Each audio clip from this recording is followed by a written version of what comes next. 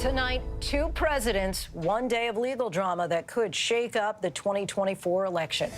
Developing news as we come on the air, the President of the United States responds after a special counsel report on his handling of classified documents. The words used to describe Biden by the special counsel that now has critics using that report against him, and why Biden says the case is now closed. Plus, could Donald Trump find himself knocked off the ballot in November? The high-pressure case before the Supreme Court today that could reshape the country's political system for years to come. And well, we're saving people we don't even know. I couldn't even make it to my own family. I couldn't get them out. They raced into the unprecedented wildfires that ravaged Maui some 6 months ago. But did the police response meet the moment? We meet with the officers on the front lines of those horrific Maui wildfires and hear from survivors of that tragic day, bringing you the first official report of what happened. Good evening, everyone. I'm Lindsay Davis. Thanks so much for streaming with us. We have a lot of news to get to tonight, but we do begin with two major headlines. A searing 345-page report from Special Counsel Robert Hur on President Biden's handling of classified documents. The conclusion, Biden willfully retained and disclosed classified information, but will not face criminal charges. The report also comes with some embarrassing blows about the president's memory, citing Biden as a, quote, elderly man with a poor memory on multiple occasions as he faces re-election. And new this evening, Congressman Dean Phillips, Biden's Democratic challenger for the nomination, out with this fresh reaction saying, quote, this report has all but handed the 2024 election to Donald Trump if Joe Biden is a Democratic nominee, and I invite fellow Democrats to face the truth. Plus, today's historic case before the Supreme Court surrounding Donald Trump after Colorado's unprecedented decision to kick him off the 2024 ballot over the January 6th insurrection. We're bringing you team coverage tonight of those two big stories rocking the political world, plus legal analysis. But first, ABC's Terry Moran leads things off with that historic hearing at the nation's highest court. At the Supreme Court today, sharp skepticism from the justices, both conservative and liberal, about a Colorado court's decision to ban Donald Trump from the 2024 presidential ballot for his efforts to overturn the 2020 election, including the January 6th attack on the Capitol. The Colorado court ruled Trump violated the 14th Amendment, Section 3, which declares that no one who has taken an oath to support the Constitution and then engaged in insurrection can hold public office afterwards. During 3 hours of oral arguments today, the justices methodically took apart that ruling.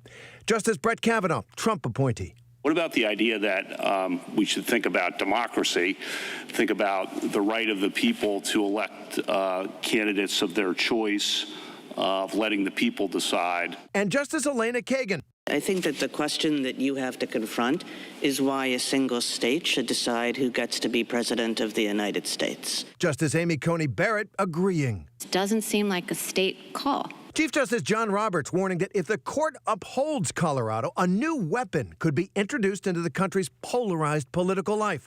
Red states going after Democrats, blue states after Republicans. I would expect that, a goodly number of states will say whoever the Democratic candidate is, you're off the ballot, and others, for the Republican candidate, you're off the ballot. And it'll come down to just a handful of states that are going to decide the presidential election. That's a pretty daunting consequence. But looming over these arguments, the national trauma of the attack on the Capitol. Even though Trump himself describes the day as beautiful, Justice Ketanji Brown Jackson got Trump's own lawyer to acknowledge the reality of what happened. But for an insurrection, there needs to be an organized, concerted effort to overthrow the government of the United States through violence. And this so the point is that a chaotic effort to overthrow the government is not an insurrection? No, we didn't concede that it's an effort to overthrow the government either, Justice Jackson. Right? None of these criteria were met. This was a riot. It was not an insurrection. The events were shameful, criminal, violent, all of those things, but it did not qualify as insurrection, as that term is used in Section 3. So clearly still disagreement about whether this was an insurrection or not. Terry Moran joins us now from the Supreme Court. Terry, the justices clearly sound skeptical. When might we expect a ruling? Well, Lindsay, sooner rather than later, and that's unusual. We're used to the justices taking months to circulate draft opinions and then hand down a ruling. But in this case, it's about the Colorado presidential ballot, and the Colorado presidential primary is March 5th, so think weeks, not months. Pretty fast. Lindsay? Terry Moran for us. Thanks so much, Terry. For more historical perspective on those landmark arguments, let's bring in ABC's senior Washington correspondent, Devin Dwyer. And Devin, you were inside the court there today. Describe the atmosphere for us. Lindsay, the momentous stakes in this case were fully apparent here inside and outside the Supreme Court today. I got to tell you, security here at the court was incredibly high, fencing all around the court, double screenings of all participants going into the court chamber. Of course, no electronics. The courtroom itself was packed to the gills. I was one of the lucky few reporters who was able to be in the chamber. While the world was listening on the outside, we were there able to see the justices. I tell you, all 9 justices were fully engaged on their A game today, and they really watched a battle of the titans. Jonathan Mitchell, representing President Trump, is a former clerk to Justice Scalia, someone the justices know very well. And he was sparring with Jason Murray, representing those Colorado voters, a former clerk to Justice Kagan and Justice Gorsuch. So these were very experienced litigators dishing at each other with their arguments before a packed courtroom that included the wives of the justices, something we only see when major cases are heard before the court. The Solicitor General, the government's top attorney, was here. Elizabeth Prelager was in attendance as well. President Trump wasn't here, but the weight and the stakes of the questions before the court were very apparent. The court has never taken on these questions in 150 years since the 14th Amendment, and it's in a place, Lindsay, that it doesn't want to be. Right smack in the middle of the 2024 presidential election. You could tell in some of the facial expressions of the justices that they knew that these were very difficult, politically thorny questions. And even at the end of the day, as we suspect the justices are likely to reach some sort of a unanimous, perhaps, or at least a large consensus decision to overturn that Colorado ruling, we know that they were very aware of the weight of this, just in how they comported themselves today. And I should say, Lindsay, the justices will meet in a private conference tomorrow to vote on this case and then begin the process of writing the opinion, which will come down, we expect, in a matter of days or weeks. Lindsay? Devin, thank you. And now to our other big story, the newly released Special Counsel's report about President Biden's handling of classified documents. The conclusion, not to recommend charges, though the report detailed the president's memory lapses, which include not remembering the years that he served as vice president. Here's our Chief Justice correspondent, Pierre Thomas. Tonight, the special counsel investigating President Biden's mishandling of classified documents, determining there was evidence Biden willfully retained classified information from his time as vice president, but that he should not be prosecuted for it. In his final report, special counsel Robert Hur writing, the evidence does not establish Mr. Biden's guilt beyond a reasonable doubt. Late today, the president claiming vindication. Bottom line is the special counsel in my case decided against moving forward with any charges, and this matter is now closed.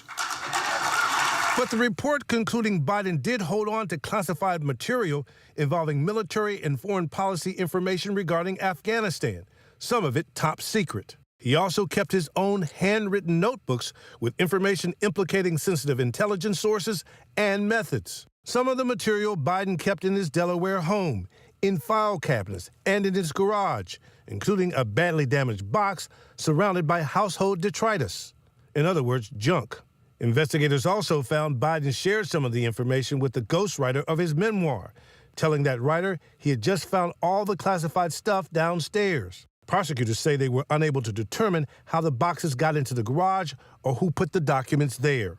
The report quickly coming under fire from former President Donald Trump, who could soon go on trial for mishandling classified documents and obstructing justice. Trump calling the fact that he faces charges while Biden won't a case of selective prosecution. But in his final report, the special counsel noting that unlike Trump, Biden turned in classified documents to the National Archives and the Department of Justice, consented to the search of multiple locations, including his homes, and sat for a voluntary interview. In contrast, Hur writes, Trump allegedly not only refused to return the documents for many months, but he also obstructed justice by enlisting others to destroy evidence and then to lie about it. Special counsel acknowledged I cooperated completely I did not throw up any roadblocks. I sought no delays. In fact, I was so determined to give special counsel what they needed, I went forward with a 5-hour in-person interview. The special counsel citing those in-person interviews as another reason the president should not face charges, writing that Biden would likely present himself to a jury, as he did during our interview of him, as a sympathetic, well-meaning, elderly man with a poor memory. Her writing that in that interview, Biden did not remember when his term as vice president either began or ended, and did not remember even within several years when his son Beau died. In that interview, the special counsel writing Biden's memory appeared hazy when discussing the Obama administration's Afghanistan policies. Her writing, it would be difficult to convince a jury that they should convict him, by then a former president well into his 80s, of a serious felony that requires a mental state of willfulness. Pierre Thomas joins us now. Pierre, so is this a matter of case closed? Well, Lindsay, after interviewing 147 witnesses, including Mr. Biden himself, and collecting more than 7 million documents, the Biden documents case is closed. And DOJ officials are emphatic, saying that her, who was appointed U.S. attorney by Trump himself, had complete independence. Lindsay, they say this was his call. Pierre Thomas for us from the nation's capital. Thanks so much, Pierre. This may be the end of the investigation from a prosecutorial standpoint, but not politically. The White House was quick to respond. Let's get right to ABC's chief White House correspondent, Mary Bruce. Mary, what's the administration saying? Well, Lindsay, the White House is certainly well aware of voters' concerns about the president's age, and they are pushing back against the special counsel's characterization of the president's memory. The president's legal team saying in a letter, quote, "We do not believe that the report's treatment of President Biden's memory is accurate or appropriate. The report uses highly prejudicial language to describe a commonplace occurrence among witnesses, a lack of recall of years-old events. Such comments have no place in a Department of Justice report." And then adding, in fact, there is ample evidence from your interview that the president did well in answering your questions about years-old events over the course of 5 hours. But bottom line, while legally this matter may now be closed, politically, Lindsay, this could still be damaging to the president. Potentially just be beginning. All right, Mary Bruce from the White House. Mary, thanks so much. Thank you. We're joined now by ABC News legal contributor Kim Whaley. Kim, what do you make of special counsel not recommending charges against President Biden? Well, two things. One is that this is very unusual to actually see what's called a declination decision, a decision by prosecutors not to prosecute. And the reason that's not made public is because it tarnishes the person that they decided not to prosecute. So this kind of information we normally would not get. The second piece is that basically the special counsel here decided there just wasn't enough evidence of a crime. Went on to kind of explain some of the reasons why maybe a jury wouldn't be convinced. But the report makes very clear there just isn't evidence that he intended to violate the classified documents laws. And of course, politically this fallout, but legally there just wasn't enough beans on the scale to justify a prosecution, even if there wasn't that DOJ policy in place that precludes prosecutions of sitting presidents. Special Counsel Herr said a potential jury might see Biden as, quote, an elderly man with poor memory. But why not just leave that up to the jury to decide? Well, because that was, as I said, the secondary rationale for the report. Number one, he said, is, listen, we don't have the evidence of intent. There just isn't evidence to give to a jury that could persuade the jury that beyond a reasonable doubt, he intentionally violated the law. And then the rest of it is almost sort of like a water cooler chat as far as, okay, if we did bring this, here are some of the other obstacles we could have. Even if we had the evidence, the jury might be sort of feel sorry for the president, or just think he was, making a logical, understandable mistake. Maybe mentioning, could it bear on his age? But it could just be, we all forget things, especially with the heavy duties of a vice president for 8 years. The report details some of the president's memory issues. Hard not to wonder how this will sit with voters as they weigh his reelection. Yeah, I mean, this plays into, I think, something that Joe Biden has been struggling with for quite a while. Of course, he's only a few years older than Donald Trump, but it seems to be maybe in part because he has that stuttering problem from childhood. That's something that sticks to Joe Biden. But, I'm not a political pundit, Lindsay, but we have many, many months between now and November. So I think the conversation will probably be a bit different by the time people actually go to the ballot box and have to make a choice for President of the United States. Fair enough. Many viewers might look at the two classified documents cases, one involving President Biden, the other Trump. No charges in one, charges in the other. What's the biggest distinction here? Well, in addition to the fact we don't have evidence beyond a reasonable doubt that the DOJ believes is there. We know the DOJ thinks there is that for Donald Trump. But the big difference is Joe Biden cooperated. We don't have the volume of documents at issue.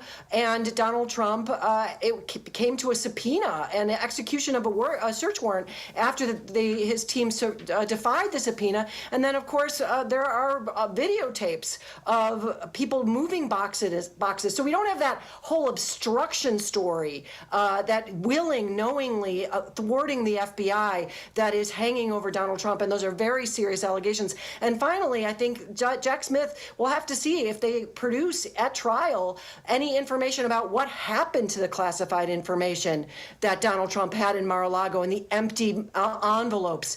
There's no allegation that Joe Biden lost track or we don't know where the evidence went or the classified information. I think that's a big question in the Mar-a-Lago case. Was national security compromised by Donald Trump in that story? All right, Kim Whaley, I think you've been with us every day this week. We really appreciate your insight on all things legal. Thank you. It's great to be with you. Thanks, Lindsay. Tonight, there are growing questions following the deadly helicopter crash killing 5 Marines in Southern California. Search teams have struggled through snow and mud to try to recover the bodies, and some are now asking why the crew was even flying at all in dangerous weather conditions. Our chief national correspondent, Matt Gutman, reports from the scene.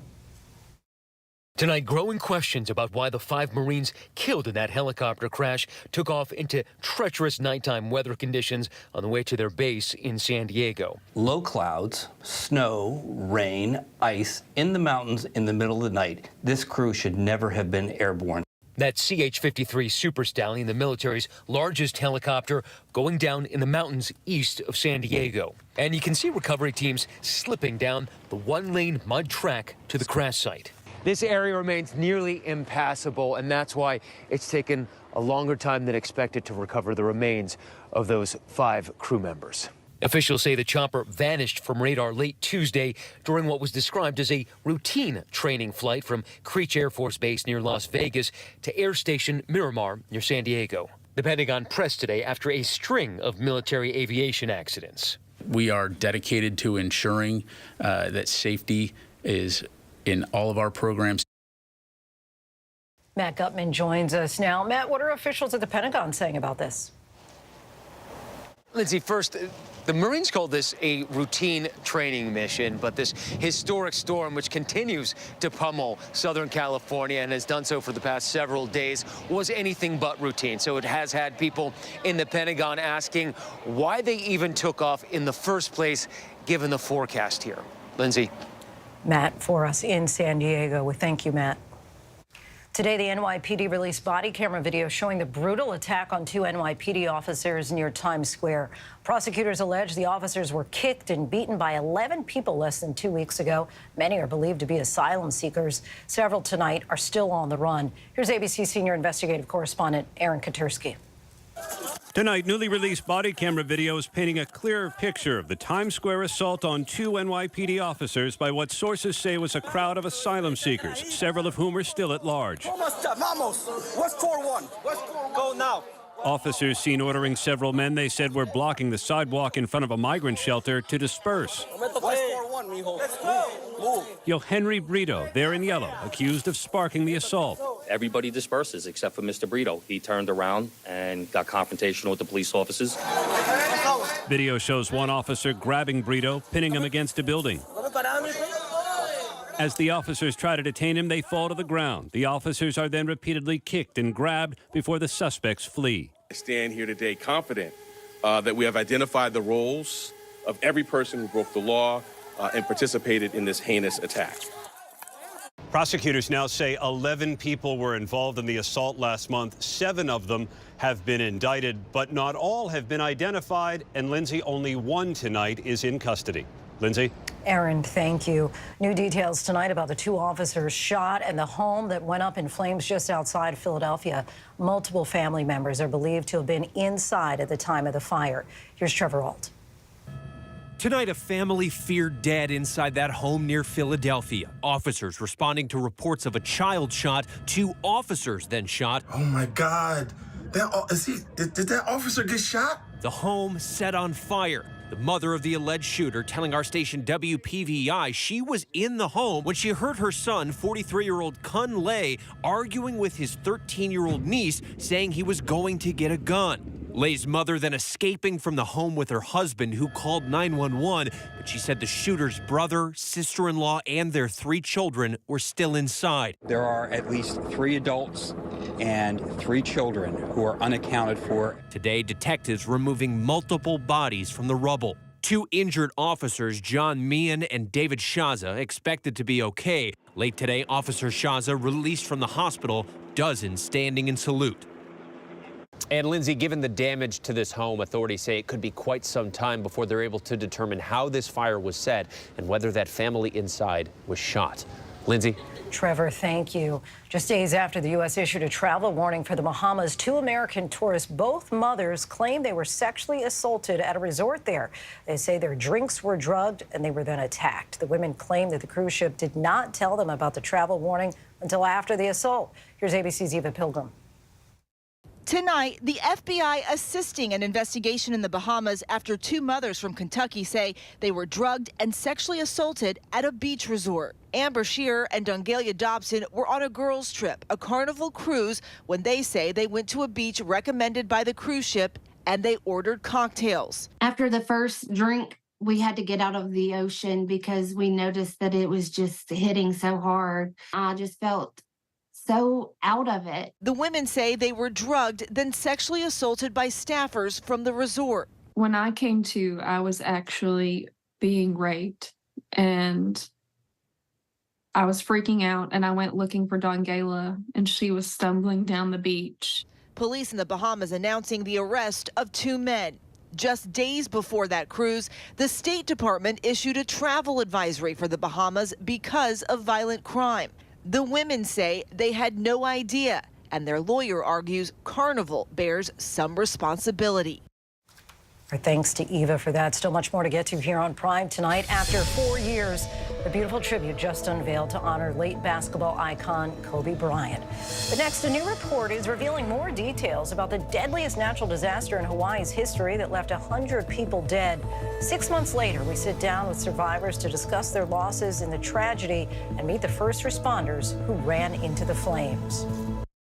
Whenever news breaks, we are here in Israel, a nation at war after that brutal surprise attack by Hamas. On the ground in Ukraine, reporting from Lewiston, Maine. The scene of a horrific mass shooting. ABC News Live is right there everywhere. From the scene of that deadly missile strike in Dnipro, Ukraine.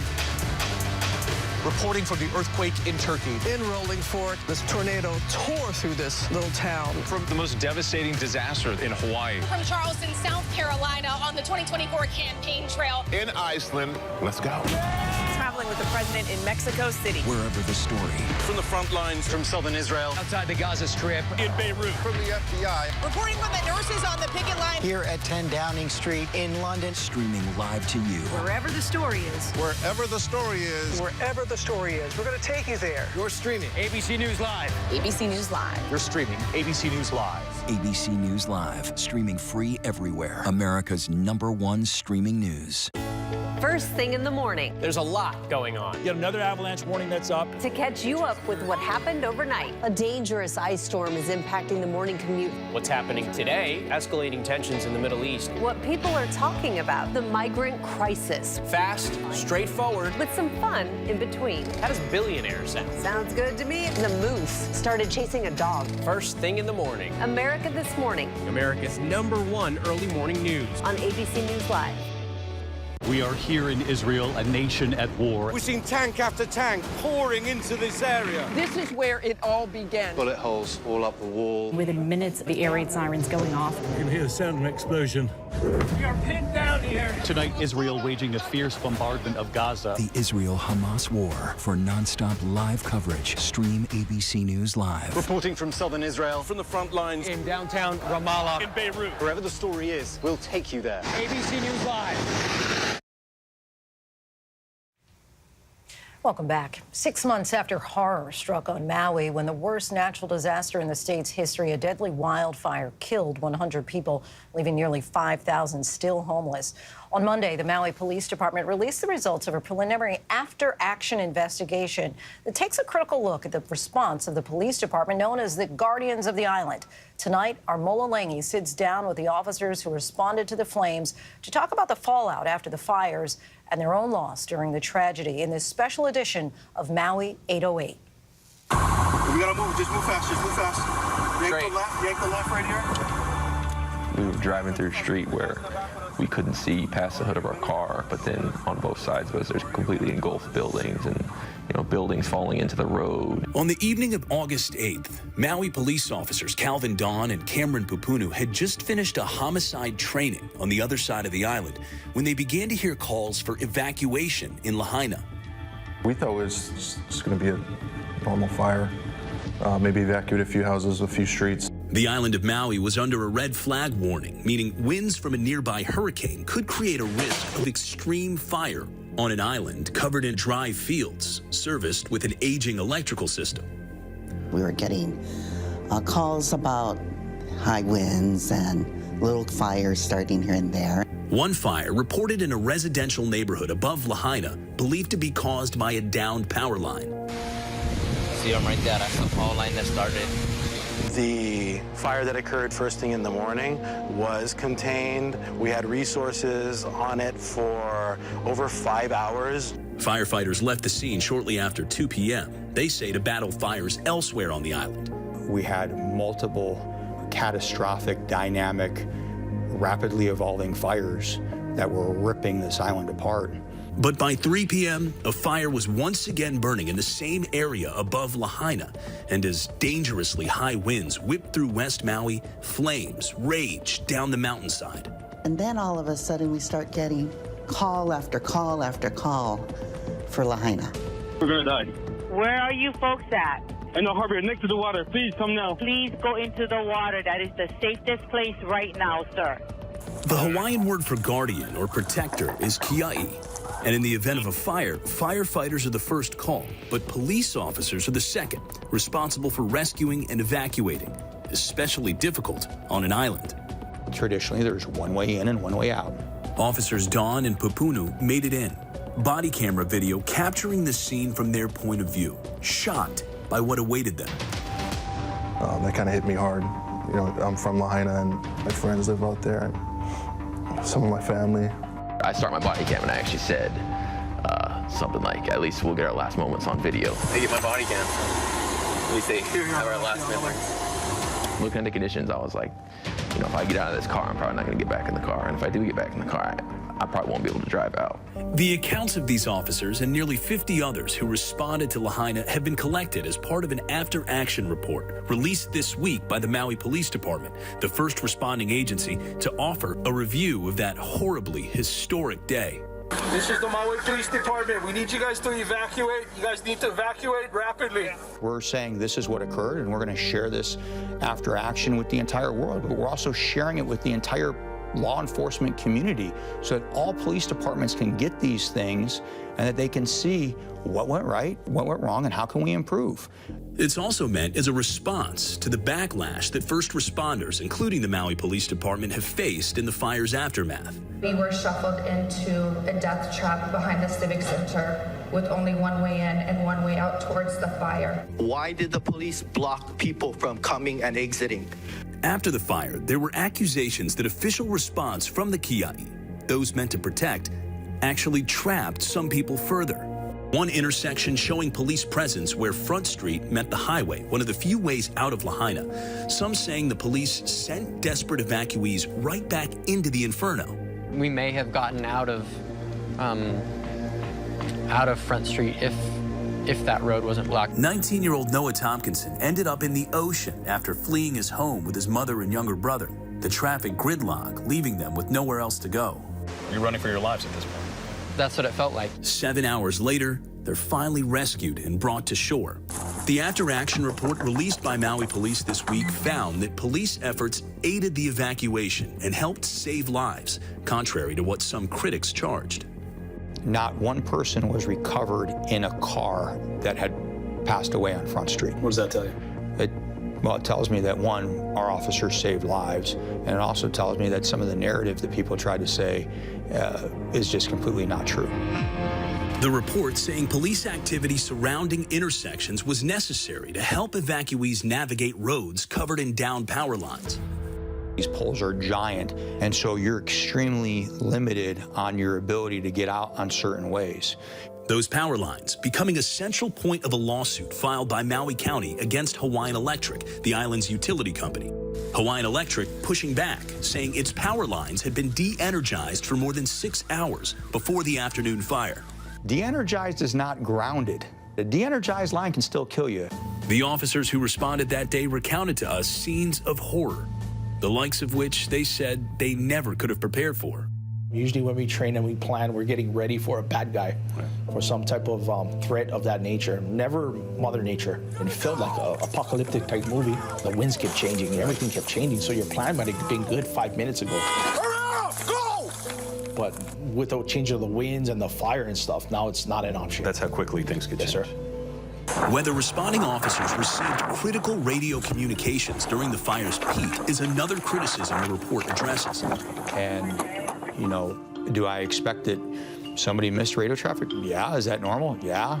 Is that excusable? All day long. The report citing intense winds, which it says impeded officers' ability to always hear radio traffic. They problem solved. Does anybody got a boat colors? They did tremendous heroic things. They saved lives. Make no mistake about it. But soon after the wildfires ravaged the island, unfounded theories flourishing online, including that the U.S. or a foreign government used an energy beam weapon to start the fire, or that the flames were purposely set as part of a land grab by wealthy elites, taking on so much momentum that police have faced death threats. They're trying to say that we trapped people and we wanted their houses to burn so that people can come and buy that. It's like, I mean, these are your houses. Yeah, and it's like, why would I burn my own house, my family's houses, for what? I mean, from lasers to government burning it down to us burning it down. Officers Tiano Ricard and Raul Mera are some of the Maui police officers who lost their homes that day. One officer's body camera capturing the moment Mera, off duty at the time, returns to his street to see his home in flames, just after helping his wife and children flee. They're shooting it. Oh, this is your house? Yeah. Didn't seem real at first. And the longer it went, it's like, okay, it's gone. We're not coming back tomorrow. When you hear the criticisms, as somebody who also lost a house. I mean, people are upset. So they need someone to blame. But after they're done grieving or in the process, they're going to realize, hey, these are our people from the community. They lost their homes, too. Other social media posts even pointing to the background of the chief himself. Literally, there are stories about the fact that this police chief was in Las Vegas and then Maui, kind of creating a feeling of suspiciousness because the Maui police chief was incident commander during the Las Vegas mass shooting. They just want to sensationalize something. They just want to throw shade. Officials now revealing they're investigating foreign involvement in the spreading of these posts. We had some people, not necessarily directed by the Kremlin, but people who regularly spread Russian propaganda, trying to discourage the people of Lahaina from going to the agencies that could help them. That's inexcusable. And we saw what we believe is Chinese-directed activity trying to persuade the world in multiple languages that the fire was caused by the United States government itself using a meteorological weapon. We're actually seeing that during these major emergencies, terror groups, foreign intelligence services, domestic violent extremists, criminals will use cyber attacks and information warfare in an effort to create confusion and chaos, to seed distrust of government.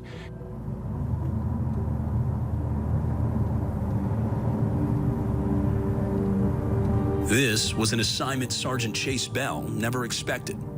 The 10-year veteran of the Maui Police Department has spent the last 6 months investigating the actions of his fellow officers who responded to the wildfires on Maui that fateful day.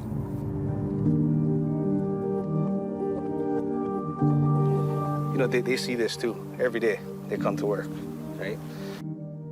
They have those thoughts that, oh yeah, we could have done better, because it's easier for us to look with the power of hindsight and criticize, you know, a little thing here, a little thing there, right? Bell took our ABC News crew into Lahaina to what today is known as the burn zone. Over 3,000 structures, including homes, businesses, reduced to rubble. He traces his steps and shows us how he has pieced together the puzzle of one of the worst days in the history of Hawaii. Speaking with members of the community, speaking with our officers, as well as reviewing, you know, our body cam footage, reviewing our radio transmissions from that day. So these were some of the first houses to catch fire here? Yes. Sergeant Bell takes us through over 2,000 acres of the destroyed remnants of Lahaina, all the way to the water's edge. So we're kind of right in the heart of Lahaina. It's the old Lahaina Center. Remember Maui police officers Calvin Don and Cameron Pupunu, who drove from the other side of the island to respond that day? This is the exact spot they first responded. I pulled into the parking lot, and then once I got out, there was just embers blowing in my eyes, and I couldn't even breathe. The officers then noticed something, a flashing light from inside a coffee shop. Because someone was waving it, trying to get our attention. The light was from a cell phone. You know, once we opened the door, Come out. we saw about 14, 15 people that were just trapped inside there. The officers packed their Ford Explorer in a nearby fire truck with the people they rescued. Get in, Uncle. At that point, you got to be wondering, are we still going to make it out of here? The road's pretty narrow, and both of those structures on left to right of us were completely engulfed, and the wind's blowing all kinds of debris off the building. The heat inside of the car was just intense. The destination was the Civic Center, set up for evacuees. They eventually make it. We just stopped. We took everybody out of our car, and we went right back into right where we came from. And what was really eerie to me was right when we went directly back on the road we had just come out of, and it was completely impassable at that point. So if we were 2 minutes off, we would have died 100%. The officers told us there are invisible scars from that day that they continue to battle. Well, we're saving people we don't even know. I couldn't even make it to my own family. I couldn't get them out.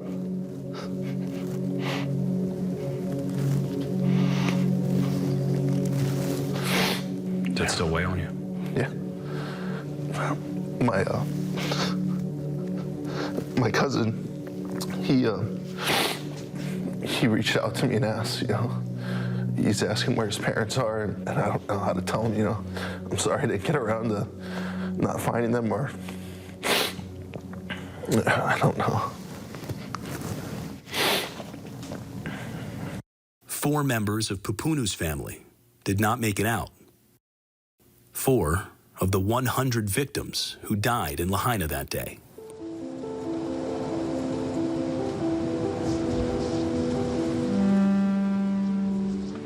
Today, 6 months after the fires, it is a police department, a community, an island, still very much grieving. How do you move forward as a department, as a community, not only in terms of rebuilding, but also emotionally? It is very much like losing a leg. But I can tell you this, that even though you lose a leg, you can learn to stand again, learn to walk again, and learn to run again. And our finest days are not behind us. They're very much in front of us. So much grief still. Our thanks to Mola for that. And we have a lot more to get to tonight. Coming up, actor Ezekiel Pacheco shares the stories behind his new film, how his real-life experiences inspired the movie.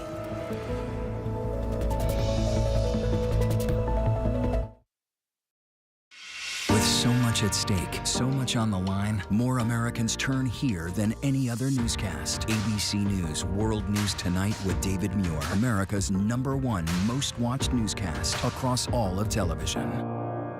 This is ABC News Live. The crush of families here in Poland. At refugee centers in Putin's Russia. On the ground in Ukraine. Close to the front line. From the capital. Destructive Cat 4 storm. We're along I-5. Boston is in the bullseye. Let's go. ABC News Live, America's #1 streaming news. Anytime, anywhere. Streaming 24/7, straight to you for free. Thank you for making ABC News Live America's #1 streaming news.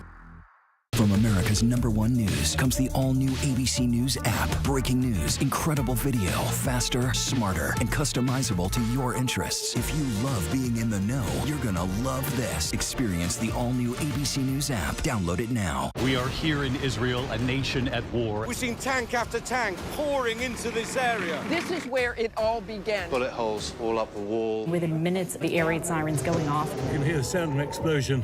We are pinned down here. Tonight, Israel waging a fierce bombardment of Gaza. The Israel-Hamas war. For non-stop live coverage, stream ABC News Live. Reporting from southern Israel. From the front lines. In downtown Ramallah. In Beirut. Wherever the story is, we'll take you there. ABC News Live.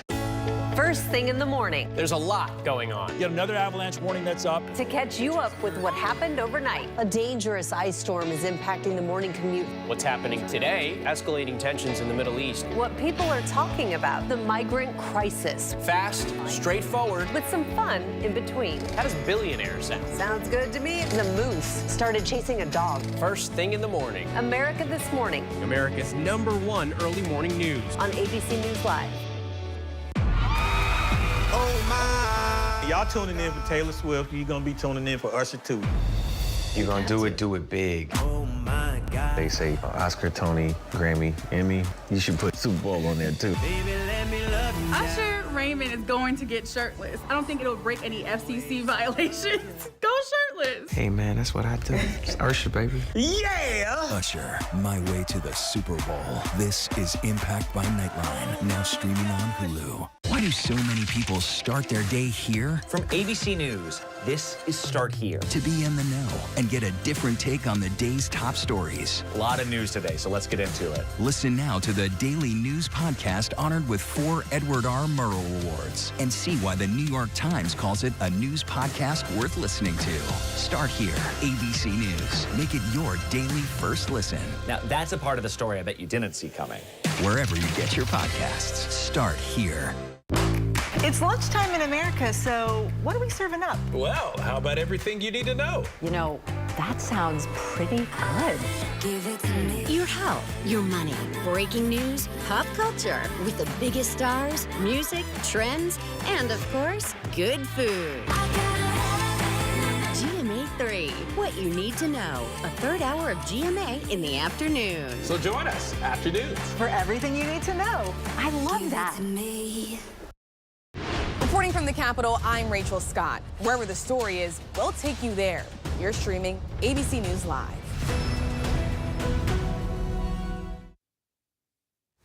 Welcome back, everyone. We are expecting President Biden to make some unanticipated remarks tonight around 7:45 from the White House. You can see the podium right there. We can anticipate that it is going to be in response to that special counsel report that we haven't been given any particular guidance as far as what he'll be talking about tonight. But I do want to bring in, while we wait, joining us now, ABC News contributor and former Senator Heidi Heitkamp. Heidi, your response to that 345-page report that we got today from the special counsel. Can you hear me, Lindsay? I can hear you, Heidi. We are live on air right now. Well, I just walked back in the middle of a hailstorm to come and connect with you. I appreciate that. I think that the president at this point in time knows that whatever he did earlier, to advance some kind of damage control on this report probably isn't working that well. And so we're going to hear maybe a more direct response now that they've had more time to process it. So it's going to be an interesting, I think, opportunity for him to maybe erase some of the imagery that was in that report. And he's described as a sympathetic, well-meaning elderly man with a poor memory. That was at least how the special counsel believed that he might be perceived by a jury. Do you feel like that was overstepping a little bit because that really didn't have to do with the actual charges at hand, but more what he observed during his interview with the president? I mean, I think, was it gratuitous? It absolutely was gratuitous. They could have made the decision without providing that kind of editorial content. But, when you give something to the special counsel, these things can happen. And I think the kind of poo-pooing of it that we saw this afternoon, I don't think is working. So it doesn't surprise me that the president is now planning on some more extended comments, because he can't really let that lie. Originally it was kind of like, nothing to see here, everybody, don't worry about it. And now we're finding out that probably kind of the instant reaction, even from allies, is you need to take a more firm response. I think the other damaging part of this, that probably because of that personal characterization, Lindsay, has gotten so much attention, is the fact that he had highly classified documents. These weren't just kind of, a letter that he might have written at some point to Erdogan. It was things that would be classified much higher. And I think as it relates to highly classified documents, he has some explaining to do. And when we're talking about age here, I mean, the former President Trump is 77. You have President Biden, who's 81, so just 4 years apart. Do you think that it's fair to point out one as being particularly old and that might impact his reaction as president? Because you have Trump, who's really pouncing on this document, and yet he's only 4 years younger. Well, I think they tried to justify that gratuity by basically going to willfulness, or the intent that you would need to prove in a criminal action. And so part of that was kind of their excuse for not charging this when Donald Trump is under indictment in Florida. And so I don't know that you can really equivocate the two cases. Number one, Donald Trump was given many, many opportunities to return those documents. The president actually self-reported that he had these documents, returned them, let the FBI do the kind of search that they needed to do. So culpability is not the same in both circumstances. But basically, politically, one would argue that this lets Trump off the hook for the documents case. And we'll wait to see kind of what the reaction is. But in juries' minds, which you have to convince, this is a much bigger deal because Biden seemed to not get charged and Trump did get charged. With regard, though, to that damning description of Biden being this kind of elderly man who's forgetful, how big of a blow do you think that is for Democrats heading into November? I think, no one's hiding Joe Biden's age. I was just with President Biden at the National Prayer Breakfast. He gave just an incredible speech, a lot of it not scripted. And I think those of us who have been around the president have seen a much different kind of acumen. And so, it's hard to know. But I think number one, the report had a lot of gratuitous stuff that didn't need to be in there. I think that the last thing the president should do is make excuses or say the special counsel was biased in any way. I think he needs to explain, why he had highly classified documents. And if I were him, I would announce a total overhaul of how the White House handles these documents, which no one's really talked about yet, Lindsay. I mean, remember, Pence also had classified documents that he took home. How does that happen? When I was in the Senate, you couldn't get out of the SCIF. There was no way you had access. When the FBI came in with background checks for nominees, they sent an agent. They opened up the file in front of you. They closed the file and took it out. And so I think that hopefully what the president will be talking about is how we can do a better job of securing our classified documents in this country. We'll see if we hear about that from him tonight. Senator Heidi Heitkamp, we thank you so much for your time. Right now, I want to bring in ABC's Jay O'Brien. And Jay, let's just, as we're waiting to hear the president address the nation tonight, once again, if we can just go back and break down what this report means. Yeah, because there are different iterations of this report that have kind of broken through in the political consciousness, Lindsay. There was that overall top-line finding of the report, which the president has been touting, which is that they found, the special counsel did, that he did willfully hold on to classified documents that he wasn't supposed to have, but that there wasn't enough evidence to bring any kinds of charges, and it was difficult to prove things like intent. That's the legal calculus of this document. But remember, as we've been talking about over the course of the night, that's probably not the biggest headline here. Certainly, it's not the topic of conversation in the wake of this report. It's those repeated mentions of the president's memory. And it begins to question exactly what the president is going to say tonight. Is it going to be more in the legal track of this report, the classified documents, the nuts and bolts, the legality of it, the pictures in which the special counsel included in the report of various locations that classified documents were allegedly stored in different Biden homes?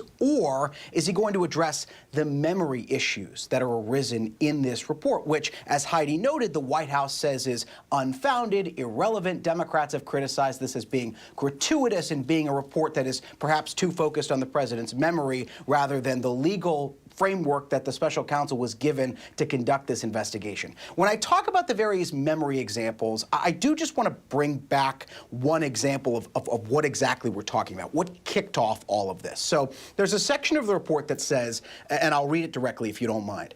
In his interview with our office, this is the special counsel writing, Mr. Biden's memory was worse. He did not remember when he was vice president, forgetting on the first day of the interview when his term ended. It then goes on to say he did not remember, even within several years, when his son Beau died. And his memory appeared hazy when describing the Afghanistan debate that was once so important to him. A large part of this report focuses on classified documents pertaining to Afghanistan, which the special counsel says President Biden retained because he wanted to write a book. The Afghanistan issue is something that was very close to President Biden's heart when he was vice president. He advocated against the troop surge, for instance, that President Obama did during his tenure. So the special counsel presents examples like that. And it's those examples of memory that have been thrust into the American political conversation right now. And it comes in an election year. This is a report on the mishandling of classified documents that would be a pretty big landmark moment in an election year. But this idea of his memory and what the special counsel characterizes as a hazy memory, which again the White House disputes, that is what is supercharging this political conversation. And so what's interesting is that earlier President Biden addressed this. You know, it was kind of asked and answered, and he said this case is closed with some finality. And now you have him a few hours later coming before the American people once again. Do you feel that there's a pressure for him to actually address what he didn't talk about before, which was the memory? Oh, well, there will be a hole in these remarks if he doesn't mention the memory, because the memory is the thing that is so dominating the headlines here. President Biden also issued a paper statement, too. The White House issued a statement in which they said that the special counsel's report was gratuitous as it came to memory. That's not the word they used. I'm paraphrasing here. I'm taking that word from Heidi because it's a good characterization. But President Biden also issued a paper statement. It was somewhat in line with the remarks that he gave earlier today, as you noted. And he doesn't talk about memory. But what he does talk about is the timeline in which this interview occurred. He says that it occurred on October 8th and 9th, which is true. We know that. He says it took about 5 hours. That's true. We also know that. And, of course, what happened on October 7th was Hamas's attack on Israel that ignited, as the president refers to it, an international incident. So he doesn't address the overall idea of memory. But he does indicate that, look, he was dealing with this ongoing international incident while also giving the special counsel the time to sit for this lengthy interview. It's unclear if that's going to assuage Americans' concerns as it relates to this criticism of a quote-unquote hazy memory that the special counsel says the president has. But you can imagine that is going to be one element of the White House's argument here, and I'm curious to see if it makes its way into the president's remarks moments from now.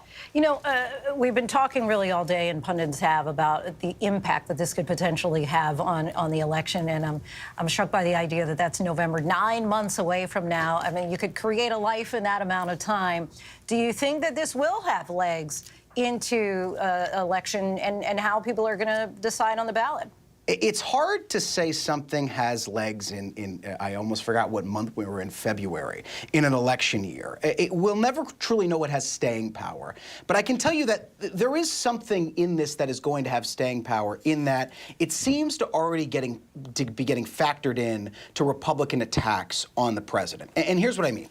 On Capitol Hill, for instance, which is my day job, I cover Capitol Hill, there's that ongoing impeachment inquiry, as you know, into President Biden. That impeachment inquiry has largely focused on his son's overseas business dealings and his brother's overseas business dealings, of which Republicans have presented no evidence of a linkage between those business dealings and the president himself. But we're already seeing the lawmakers who are running those investigations and the committees that are conducting those investigations, the House Judiciary Committee chief among them, referencing this report. And also, at least in the tweets and the posts on social media that I've seen, they're not necessarily referencing the legal questions in this report. They're saying that it demonstrates a quote-unquote two-tiered system of justice, as they allege, but that's as far as they really go in the posts that I've seen on the legal questions. Instead, what they're doing is they're posting quotes from this report and screen grabs of this report on the sections about memory. So you can already see that being worked into the ongoing political conversation between Republicans and President Biden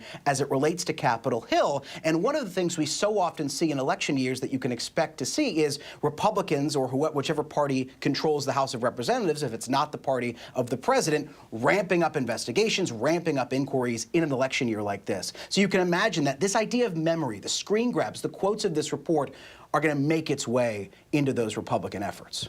You know, interestingly, to Dean Phillips, which we talked about earlier in the show, who's running for president on the Democratic side, released a statement today saying that this all but hands the election to Donald Trump as a result of this report. But does it not cancel it out? If you have someone who's 77 and 81, right, and so if they're both old, does that matter? And secondly, just a few weeks ago, Jay, as you know, we were discussing Donald Trump confusing Nikki Haley with Nancy Pelosi. So at this point, can one be more of a mitigating factor than the other? And oh, by the way, those notions of the two top candidates or the expected nominees is what the second-place candidates, or whatever you want to call them, are using to critique those expected nominees. Nikki Haley made repeated reference, as you and I know, to that confusion of her for Nancy Pelosi. I believe, if I recall correctly, she's even fundraising off of it. And Dean Phillips, someone who you and I have both interviewed, repeatedly talks about the president's age, to the point where I've talked to Democrats, and I've even posed this question to Congressman Phillips himself, of Democrats accuse Dean Phillips of working against the interests of the president by reminding voters so frequently about this issue of age. But to your point of whether or not it cancels out, I think we've somewhat seen it already cancel out in the polling, right? I believe ABC News has a poll, and the number I can't remember off the top of my head, but it's more than 50% of Americans are dissatisfied with their choices this election. Yeah, I think it's about 70%, I believe. Yeah. And you and I have talked about this on the air for quite some time. And so I think, to a degree, this notion of who the candidates are has already seeped into the political consciousness. I want to go back to the meat again of this report, in the idea that Biden is not going to be charged, Trump is going to be charged on the face for doing the same thing. Yeah, and that is something, by the by, that Republicans pointed to, and they say it's a demonstration of what they view as a two-tiered system of justice, but it's something that the special counsel actually walks through in his report. And there are various elements of the report that they talk about, but the one that perhaps is the starkest difference is the difference in compliance with the ongoing federal investigation. And President Biden made a note of it in his remarks earlier today. He even quoted directly from the special counsel's report. report in which he says, and this is the fact pattern that the special counsel's report outlines, is that when former President Trump was presented with the fact that he had classified documents and the federal government believed that he was still in possession of those documents, and they approached him and his team to get those documents back, President Trump is allegedly accused of holding on to those documents and trying to subvert the federal government's efforts to get those documents back. On the flip side, Special Counsel Robert Hur, in this report out today, acknowledges that President Biden cooperated in large part with this investigation. Not only did he cooperate with the investigation, he sat for a lengthy interview with federal investigators and investigators for the Special Counsel. And that cooperation, by the way, that lengthy 5-hour interview, is why we're here on the air to some part talking tonight, is because it was in that lengthy 5-hour interview in which these issues of memory and Jay, arose. we're going to interrupt you just for 1 second because President Biden is at the podium addressing the American people right now. The Special Counsel released his findings today about their look into my handling of classified documents. I was pleased to see he reached a firm conclusion that no charges should be brought against me in this case. This was an exhaustive investigation going back more than 40 years, even into the 1970s when I was still a new United States Senator. The Special Counsel acknowledged I cooperated completely. I did not throw up any roadblocks. I sought no delays. In fact, I was so determined to give the Special Counsel what he needed, I went forward with a 5-hour in-person interview over 2 days on October the 8th and 9th of last year, even though Israel had just been attacked by Hamas on the 7th and I was very occupied. It was in the middle of handling an international crisis. I was especially pleased to see Special Counsel make clear the stark distinction and difference between this case and Mr. Trump's case. The Special Counsel wrote, and I quote, "Several material distinctions between Mr. Trump's case and Mr. Biden's are clear," continuing to quote, "Most notably, after given multiple chances to return classified documents to avoid prosecution, Mr. Trump allegedly did the opposite. According to the indictment, he not only refused to return the documents for many months, he also obstructed justice by enlisting others to destroy evidence and then to lie about it. In contrast," he went on to say, "Mr. Biden turned in classified documents to the National Archives and the Department of Justice, consented to the search of multiple locations, including his home, sat for a voluntary interview, and in other ways cooperated with the investigation," end of quote. I've seen the headlines since the report was released about my willful retention of documents. These assertions are not only misleading, they're just plain wrong. On page 215, if you had a chance, I know it's a thick document. On page 215, the report of the Special Counsel found the exact opposite. Here's what he wrote. "There is, in fact, a shortage of evidence that I willfully retained classified materials related to Afghanistan." On page 12, the Special Counsel also wrote, for another documents, "The decision to decline criminal charges was straightforward. The evidence suggests that Mr. Biden did not willfully retain these documents. The evidence said I did not willfully retain these documents. In addition, I know there's some attention paid to some language in the report about my recollection of events. There's even reference that I don't remember when my son died.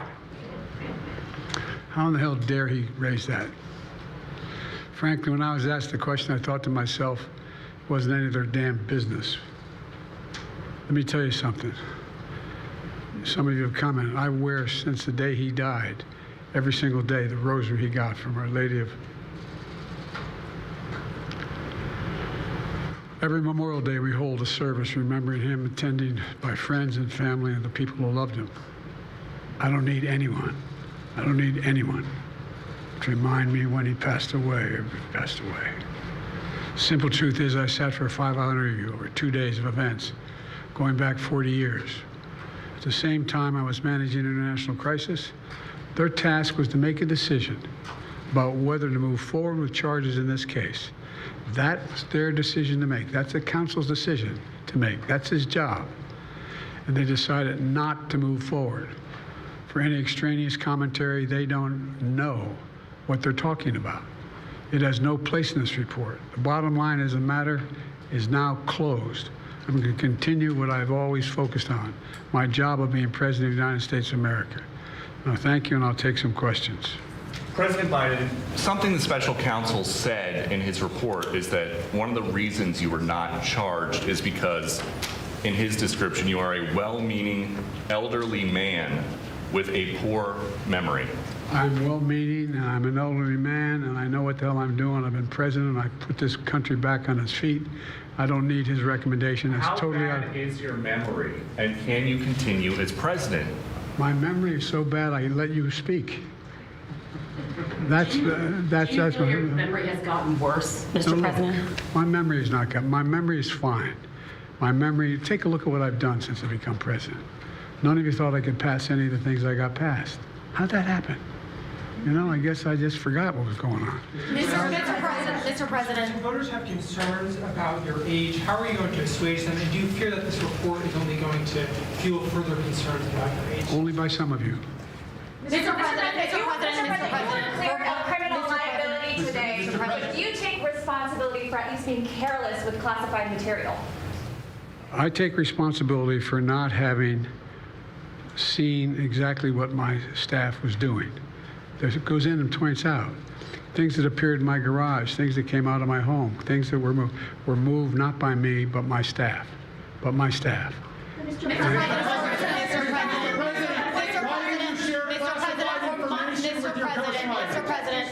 Mr. President, for months when you were asked about your age, you would respond with the words, "Watch me." Many American people have been watching, and they have expressed concerns about your age. That is your judgment. That is your judgment. That is not the judgment of the press. They expressed concerns about your mental acuity. They say that you are too old.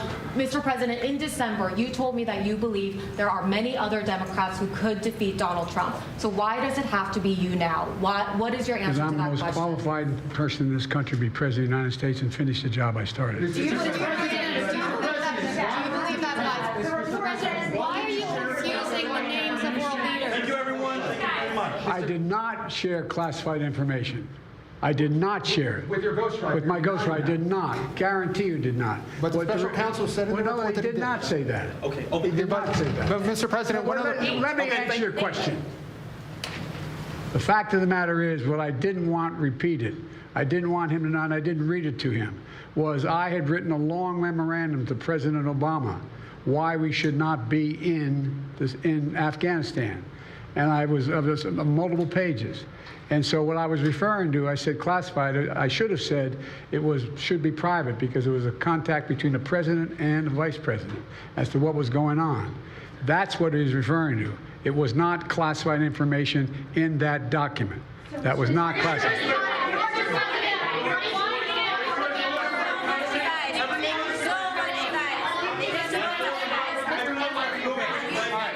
He called on me.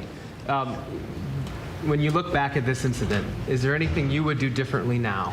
And do you think that a special prosecutor should have been appointed in the first place in both of these cases? First of all, what I would have done is oversee the transfer of the material that was in my office, in my offices. I should have done that. If I go back, I didn't have the responsibility to do that. That was my staff was supposed to do that, and they referenced that in the report. And my staff did not do it in the way that, for example, I didn't know how half the boxes got in my garage until I found out staff gathered them up, put them together, and took them to the garage in my home. And all the stuff that was in my home was in filing cabinets that were either locked or able to be locked. It was in my house. It wasn't out like in Mar-a-Lago in a public place and none of it was high classified. Didn't have any of that red stuff on it. You know what I mean? Around the corners? None of that. And so I wish I had paid more attention to how the documents were being moved and where. I thought they were being moved to the archives. I thought all of it was being moved. That's what I thought. Now, what was the last part of your question? Whether a special counsel should have been appointed in this case and in the case of your rival president, former president. I think a special counsel should have been appointed.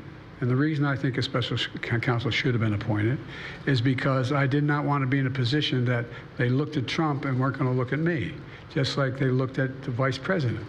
And the fact is they made a firm conclusion. I did not break the law, period. Thank you all very, very much.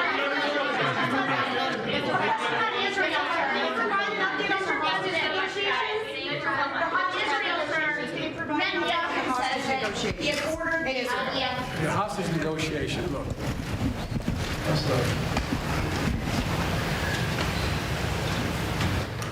I'm of the view, as you know, that the conduct of the response in Gaza, in the Gaza Strip, has been over the top. I think that, as you know, initially, the president of Mexico, Sisi, did not want to open up the gate to allow humanitarian material to get in. I talked to him. I convinced him to open the gate. I talked to Bibi to open the gate on the Israeli side. I've been pushing really hard to get humanitarian assistance into Gaza. There are a lot of innocent people who are starving, a lot of innocent people who are in trouble and dying, and it's got to stop, number one. Number two, I was also in the position that I'm the guy that made the case that we have to do much more to increase the amount of material going in, including fuel, including other items. I've been on the phone with the Qataris, I've been on the phone with the Egyptians, I've been on the phone with the Saudis to get as much aid as we possibly can into Gaza. There are innocent people, innocent women and children who are also in badly in need of help. And so that's what we're pushing. And I'm pushing very hard now to deal with this hostage ceasefire because, I've been working tirelessly in this deal. How can I say this without revealing it? To lead to a sustained pause in the fighting, in the actions taking place in the Gaza Strip. And because I think if we could get the delay for that, the initial delay, I think that we would be able to extend that so that we could increase the prospect that this fighting in Gaza changes. There's also negotiations. You may recall, in the very beginning, right before Hamas attacked, I was in contact with the Saudis and others to work out a deal where they would recognize Israel's right to exist, make them part of the Middle East, and recognize them fully in return for certain things that the United States would commit to do. And the commitment that we were proposing to do related to two items. I'm not going to go in detail, but one of them was to deal with the protection against their arch enemy to the northwest, northeast, I should say. The second one, by providing ammunition and material for them to defend themselves. Coincidentally, that's the time frame when this broke out. I have no proof what I'm about to say, but it's not unreasonable to suspect that the Hamas understood what was about to take place and wanted to break it up before it happened. Thank you, everybody. We're going to need everybody to hold. And there you have some brief comments there from President Biden with regard to the special report documents that were revealed today. He discussed being pleased with the conclusion not to bring any charges forward. He said that he was pleased that there was also a distinction made between his having classified documents versus former President Trump having classified documents. He talked about how there were 5 hours of in-person interviews that took place on October 8th as well as October 9th, of course, right on the heels of October 7th, describing that he was in the middle of an international crisis. A moment where he did show a little bit of emotion, where he said, I don't need anyone to remind me when he passed away, talking, of course, about his son, Beau, because the report did discuss that he was confused about the year that his son, Beau, died. But a barrage of questions there from the press with regard to his age, mental fitness, and acuity, that he pushed back pretty aggressively about all that he's got accomplished and wants to be able to continue to do that with another term. Joining us now, Congressman Dan Goldman, who served as lead counsel in the first impeachment of former President Donald Trump. First, I'd like to just get your reaction to the report that was released today and now the president's response to it. Well, look, the big takeaway is exactly what the president said, which is that he was completely exonerated. I actually think that the special counsel went way overboard in concluding that anything he did in retaining the classified information was willful, knowing, or intentional. The evidence just simply does not support that. So, and that, of course, is insufficient to charge him, as he said. So the president was exonerated. The rest of it was very slanted, partisan editorializing by a Republican-appointed prosecutor. The material that he was talking about, his memory, was completely irrelevant to what his charging decision was. He was editorializing about why the president wrote his memoirs. Throughout the entire thing, he elides over what are clear exculpatory facts. And the reality is that there is no evidence that the president knew that he had classified materials in his possession when he was not authorized to have them, which would have been from 2017 until 2021. So this is 379 pages that really needed about 10 pages to be concluded. The extraneous material that he's talking about, his memory, and I think the president did a very good job of refuting it, is not only uncalled for, but unnecessary and personal. Obviously, the president knows when his son died. That was an incredibly traumatic moment for him. If he had a momentary blip where he couldn't remember it as his mind is racing from the war in the Middle East to the questions that he's been asking, I think that's understandable for any of us. But I will say this as well. The president called me on October 7th when I was in Israel, the day before this interview. And as you just heard him describe in all of his conversations with world leaders around the Middle East, he was incredibly on point. His recall, his knowledge of a very tricky geopolitical situation was remarkable right off the bat. And he had spoken to a number of leaders, and he knew exactly where the pressure points were. He knew exactly what to be worried about. The second level, the third level, the fourth level. And that's where his age is so beneficial, because he has 50 years of foreign policy experience. He understands the geopolitical dynamic better than just about everyone, and certainly better than Donald Trump. And so there's a flip side to this age, and I saw it myself personally as he was talking about it. I think the viewers saw it right now as he was describing the various conversations he's had with world leaders.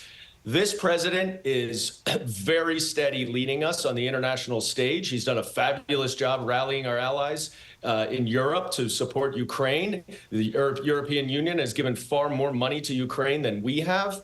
And we ought to be lucky to have his experience at the helm.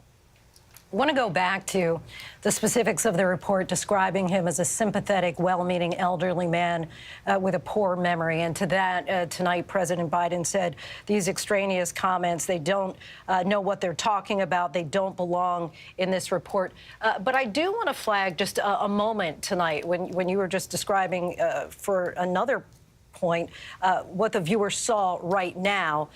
Do you want to talk about this moment where he mentions the president of Egypt? Let's play that clip. I'm of the view, as you know, that the conduct of the response in Gaza, in the Gaza Strip, has been over the top. I think that, as you know, initially, the president of Mexico, Sisi, did not want to open up the gate to allow humanitarian material to get in. I talked to him. I convinced him to open the gate.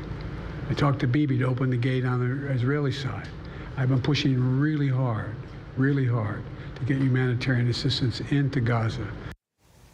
And so the president tonight did confuse the name of the president of Egypt with Mexico. Of course, we all make mistakes.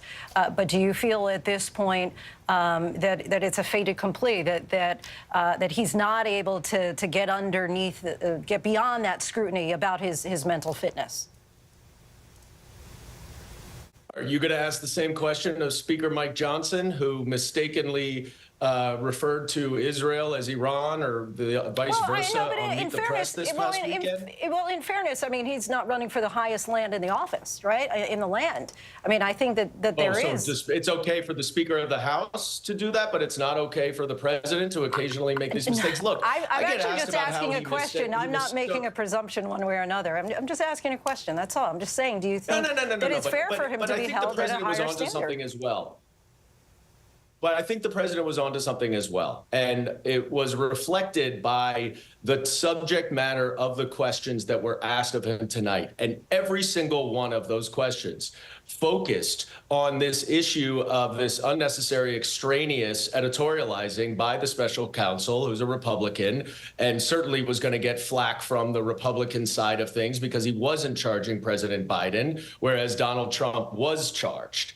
Every question is related to that, but you're not questioning Mike Johnson for why he's mistakenly referring to different countries. And the point is that it really doesn't show anything except for what everyone wants to focus on and try to spin it. The reality is, and I got asked about this earlier today as well, that he referred to Prime Minister Macron in France as Mitterrand. And yes, that's right. Joe Biden has 50 years of experience, and he may mistake which leader of a particular country is now versus when he was dealing with them at another time. I think this is being so overblown, and especially because what followed from what he said about President Sisi was such a firm mastery and understanding of that entire region, of the conversations with Saudi Arabia relative to normalization and including them in the Abraham Accords. He knew exactly which direction Iran was relative to Saudi Arabia and why Hamas might have been interested. This is someone who has such a firm grasp of foreign policy, and by nitpicking because he obviously mistook Mexico for Egypt as he's talking to Sisi, I think is irresponsible. And I think that the media needs to stop playing this up as if it is some major thing, unless you're also going to do it with Speaker Mike Johnson or anyone else who makes a mistake. And I certainly make mistakes as well. No, we all make mistakes. I think that the issue here is that is what is under attack in this report, is his memory. And so when he's defending his memory and has a mistake like this, that's the only reason why I'm asking the question. If Mike Johnson, if his mental fitness was being attacked and his memory was being attacked and he continued to make those kinds of mistakes, I'd be asking the same question. But I do want to move on, Congressman. What do you say to those like Dean Phillips, who's running for president on the Democratic side, who says the special counsel's report essentially hands Trump the election? I think that's false. I think what everyone will soon realize is that this is a Republican special counsel who completely went out of his way to editorialize, to include material in his report that is unnecessary and irrelevant to what he was tasked with doing. And the fact that he's Republican and he's exonerating President Biden, and he knows he's going to be under attack because Republicans want to create this false equivalency between President Biden and former President Trump. And so he throws something in there to help his fellow Republicans. What you don't see in this report is what you saw in Special Counsel Mueller's report, which is 10 specific incidents of Donald Trump obstructing justice. What you do see in this report is incredible cooperation, full cooperation by President Biden, who respects the independence of the Department of Justice, respects the role of the Department of Justice, and respects the fact that a Republican special counsel, he said he thought that was correct, that he should have been assigned to this. Donald Trump has no respect for the rules, no respect for a criminal justice system, no respect for the law. And let's focus on the distinction between Joe Biden's cooperation about similar issues and Donald Trump's gross abuse and obstruction in order to hold on to classified materials that he knew full well were classified and that he should not do it. That should be the story here. It shouldn't be a story about some offhand comment by a Republican special prosecutor that has nothing to do with what he was charged to investigate or conclude. Congressman Dan Goldman, we thank you so much for your time. For more now, let's bring in Mary Bruce at the White House. Mary, your response to the president's really being rather indignant, I think, talking about these extraneous comments that were made in that report. Yeah, Lindsay, look, I don't remember, quite frankly, the last time I saw the president this annoyed and angry and fed up. I mean, he was very blunt, coming out fired up when pressed about his memory, saying, I know what the hell I'm doing. And when asked if his memory is fading, he shot back, my memory is fine.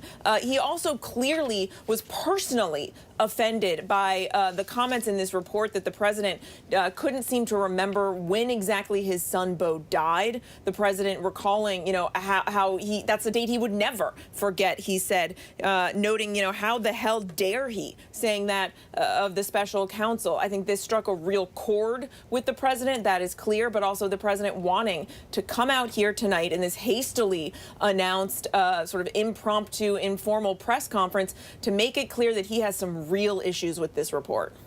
Any idea, were you able to get a sense, even within the room, and I'm guessing based on the media questions that continue, the barrage of questions about his mental fitness, his acuity there, was he able to put this conversation to bed and get things back on track, saying, look, this is a case closed, I'm not charged, Trump still is charged, and you know what, I remember, my memory is great, and I'm doing a great job of running the country? Well, look, that certainly is his hope. And I think legally he has made a strong case that this case is closed. The question is politically what happens next. Look, we know that the president's age, that his mental fitness is a big concern for a lot of voters. The president is 81 years old. He's already the oldest serving president in our nation's history. And there are these questions, and those questions are only going to persist. I think the president is trying, obviously, to tamp down those concerns, hoping that voters will pay more attention to his record, to what he believes he's accomplished for the American people, and less to his age and any sort of flubs and gaffes he may make. And it is worth noting he did make another one tonight, accidentally referring to the president of Egypt as the president of Mexico. He did correct himself and give the correct title, but it is going to be very hard, I think, for simply one event like this to be enough to put aside and sway all of those concerns. But the president and his campaign certainly are going to continue to try to do just that, Lindsay. Mary Bruce from the White House for us. Mary, thank you. I want to bring back in Jay O'Brien. And Jay, it was a short speech, but he did say more with his responses to the reporter questions. Your immediate reaction to what we heard? It's interesting. It began like those remarks, as you probably recognize, too, that we heard from him earlier in the day. And so I started to say, okay, are these going to be the exact same remarks? And then at one point, as Mary noted, his emotion just appeared to get angry. He just started speaking through gritted teeth. And as Mary noted, he says through gritted teeth that it wasn't any of their damn business as it relates to his son. And this was the one where it all started to turn. He said, referring to the special counsel and his son Beau's death, quote, how in the hell dare he raise that, referring to President Biden's memory and as it relates to when his son Beau passed away. He talked about the rosary beads that he wears that reminds him of Beau every single day.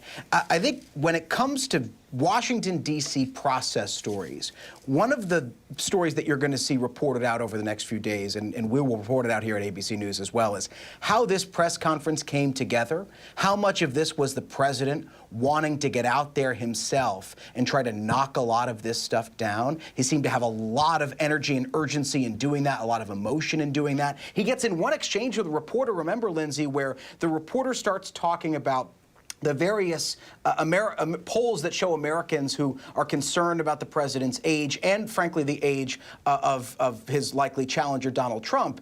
And she talks about how Americans are concerned about the president's age, how polls are bearing that out. And he starts shouting and he goes, that is your judgment. That is your judgment, saying that the press are mischaracterizing concerns for Americans that are borne out in the polling. And so this was clearly the president wanting to change the narrative away from this report and on to him dispelling, as he views, the inaccuracies in this report. The question becomes, how effective is it come morning tomorrow when some Americans who might not be watching this start to see various elements of this press conference play out and start to square it with the headlines that they already saw come out of this report today?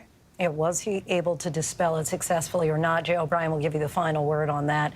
We thank you so much for your time. Appreciate it. And that is our show for this hour. I'm Lindsay Davis. Be sure to stay tuned to ABC News Live for more context and analysis of the day's top stories. Thanks so much for streaming with us.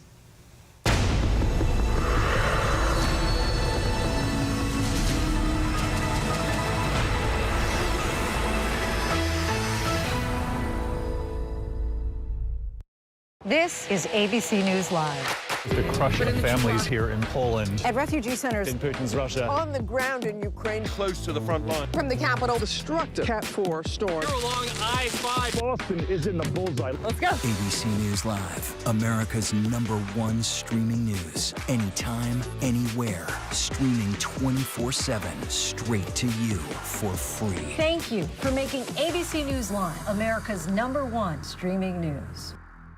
Why do so many people start their day here? From ABC News.